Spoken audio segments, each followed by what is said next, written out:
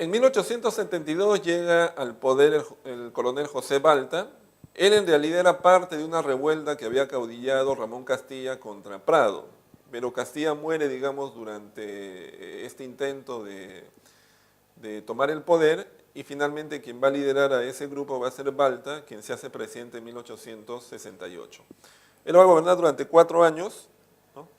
El hecho más importante de su gobierno es la firma del contrato Dreyfus, el cual va a cambiar la forma de la explotación del guano. Se va a pasar del sistema de consignaciones al sistema de, en este caso, monopolio, que fue una forma también de sanear la economía peruana. Es un momento en el cual también se desarrolla una política de construcción de ferrocarriles a gran escala, tarea que se le encarga al ingeniero de origen norteamericano Enrique Meix. Y por otro lado, es una época en la cual se apoya mucho a los sectores provincianos y de alguna manera se comienza a desplazar del poder a los sectores limeños que hasta ese momento se habían beneficiado del tema del guano. Razón por la cual estos sectores se van a organizar políticamente y van a formar el Partido Civil, el cual va a participar en las elecciones del año 1872. Justamente en esas elecciones, el ganador va a ser el alcalde de Lima, en este caso Manuel Pardo y Lavalle, pero poco antes que asuma el poder, algunos sectores militares temerosos de que este gobierno civil que va a tomar el poder desconozca las prerrogativas y los intereses de los militares, se rebelan contra el gobierno de Balta en lo que se conoce como la sublevación de los hermanos Gutiérrez. Uno de los hermanos Gutiérrez era en esos momentos ministro de guerra, y en esa sublevación finalmente va a ser asesinado el presidente Balta. La sublevación va a terminar con la oposición de la Marina, del pueblo de Lima, y finalmente los hermanos Balta, 3 de ellos van a ser ajusticiados y sus cuerpos van a ser colgados en la Catedral de Lima. De esa manera entonces, así sangrienta, se llega a su fin el gobierno de Balta con su muerte, con la elección de Pardo y con la rebelión de los hermanos Gutiérrez. Pero en ese momento se da inicio a una nueva etapa en la historia del Perú conocida como el primer civilismo, que es el preludio a lo que finalmente vamos a ver como la guerra entre el Perú, Chile y Bolivia.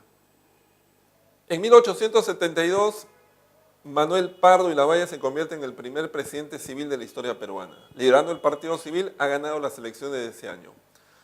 Desde ese momento y hasta el inicio de la guerra con Chile, estamos en lo que se conoce como el primer civilismo. Y hay 2 gobiernos. El primero es el gobierno justamente de Pardo.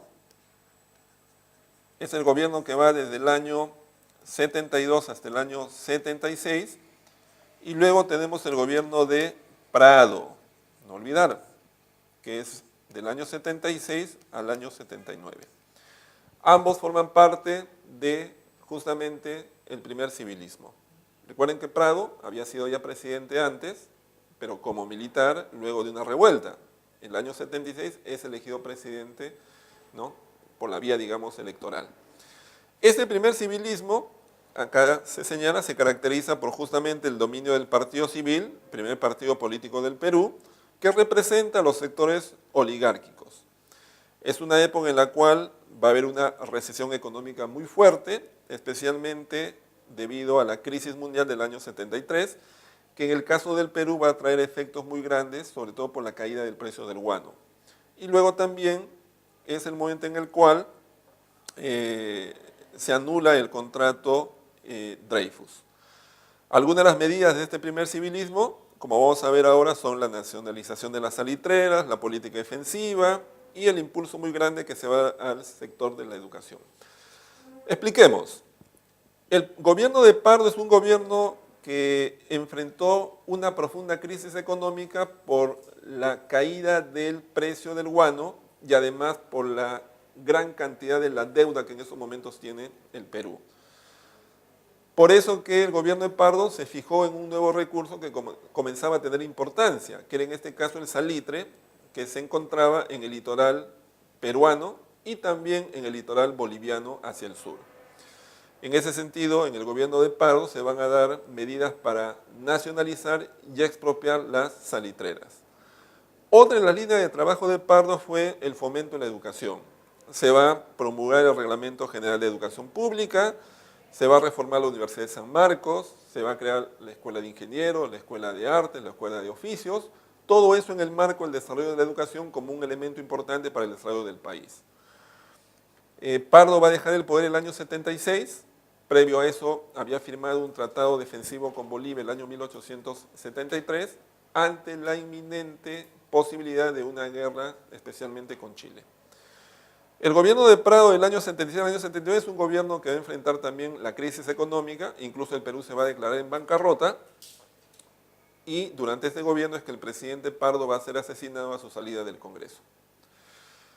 Sin embargo, el hecho más importante del gobierno de Prado va a ser justamente el inicio de la guerra contra Chile en 1879, que es el tema final que vamos a ver en esta semana. Bueno, la Guerra del Pacífico o la Guerra del Guano y del Salitre es una guerra que involucra a Perú, Bolivia y Chile. En 1878, Bolivia crea un impuesto que afecta a la explotación de salitre hecho por compañías inglesas y chilenas en su litoral. Ante esa situación y ante la negativa de retractarse de ese impuesto, es que finalmente ese año 78 el Estado chileno, en este caso le ordena a su ejército que tome en este caso el control del litoral boliviano. Se da una situación de inminente guerra. El Perú va a tratar de mediar entre ambos países. Es la famosa misión Lavalle que es enviada a Santiago a evitar una guerra entre Bolivia y Chile. Luego de varias semanas de discusiones y debates infructuosos, finalmente Bolivia le declara la guerra a Chile, Chile le pide al Perú, en este caso, que se declare neutral, el Perú no lo hace, cumpliendo el tratado secreto con Bolivia el año 73, ante lo cual Chile le declara la guerra al Perú y así, digamos, los tres países están involucrados en un conflicto en abril del año 1879. Ese es el inicio de la guerra entre los tres países. Las causas de la guerra ustedes las tienen ahí, ¿no? Por un lado, tenemos pues el deseo de Chile de controlar los yacimientos salitreros de las costas peruana y boliviana. Por otro lado, las tensiones permanentes desde décadas anteriores entre el gobierno boliviano y chileno. Y luego también, justamente, el tratado secreto entre Perú y Bolivia del año 73. Y el detonante es justamente el impuesto de los 10 centavos al salitre. Ahí ustedes tienen un mapa con la costa chilena, ¿no?, boliviana y obviamente peruana. Recuerden que en esos momentos el Perú abarca las ciudades de Iquique, Pisagua y Arica. La guerra en realidad abarcó dos grandes etapas, la campaña marítima y la campaña terrestre. La campaña marítima fue breve, abarcó algunos meses del año 79, y la campaña terrestre, para el caso del Perú, culminó, en un primer momento en enero del año 81, y luego, si uno toma en cuenta la campaña de la Breña, en 1883. La campaña marítima fundamentalmente tuvo por objetivo el control del mar para poder transportar los ejércitos en el largo litoral costero que los tres países tenían, y en ese sentido el combate de Iquique es un primer enfrentamiento clave en el cual tanto Chile como Perú pierden un barco, y finalmente viene el combate de Angamos, en el cual el poderío naval peruano es destruido cuando el Huáscar es capturado. A partir de ese momento Chile tiene el control del mar y puede transportar justamente su ejército a los puntos que elija. Es así entonces que se inicia la campaña terrestre, ¿no? A pesar del triunfo peruano en la campaña de Tarapacá, finalmente, debido a una serie de descoordinaciones, debilidades de las tropas peruanas, finalmente el Perú pierde la campaña del sur en la llamada batalla de Arica, en la cual se inmola Francisco Bolognesi. De ahí viene la campaña de Lima, que también es un desastre, que termina justamente con la batalla de San Juan y Miraflores en enero del año 81. En ese momento, en realidad, ya la guerra estaba perdida, en ese momento se inicia la ocupación chilena, aunque hay una fase posterior de la guerra que se conoce como la campaña de la Breña, campaña en la cual Andrés Avelino Cáceres, ¿no?, va a continuar con la resistencia a través de una guerra de guerrillas entre el año 81 y el año 83.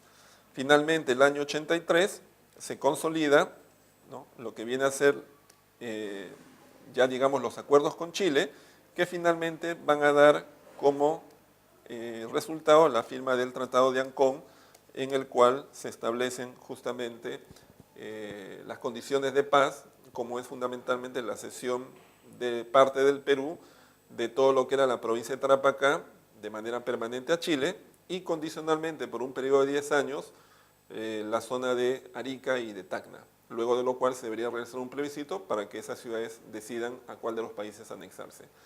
Así termina la guerra y la consecuencia más importante de la guerra no solamente es la pérdida del territorio peruano, sino en realidad la debacle económica en la cual el Perú va a quedar sumido en los próximos años.